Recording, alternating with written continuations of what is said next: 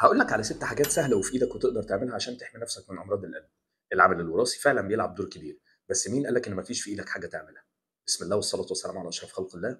نظم ضغطك وسكرك، خد علاجك بانتظام وتابع قياساتك أول بأول. افتكر دايمًا إن تنظيم الضغط والسكر بينظم الدهون في الدم وبيحمي شرايين قلبك وشرايين جسمك من التصلبات.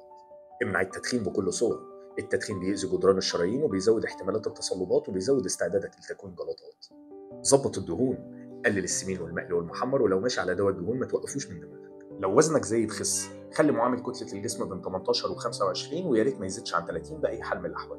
ابعد عن الانفعال والشد العصبي، افتكر دايما ان الانفعال والتوتر بيضغط على شرايين القلب وبيزود استعدادك لتكوين جلطات. اخر واهم حاجه بقى مارس رياضه بانتظام. افتكر دايما ان ممارسه الرياضه بتنظم الضغط والنبض والسكر والدهون وبتحمي قلبك وشرايينك من اي مشاكل في المستقبل. ادعي الوالدي بالرحمه والمغفره وادعي لاهالينا في فلسطين والسودان وسوريا ولبنان بالصبر والثبات، ولو عندك اي اسئله بخصوص الفيديو اكتبها لي في الكومنتات. دمتم بصحه وعافيه.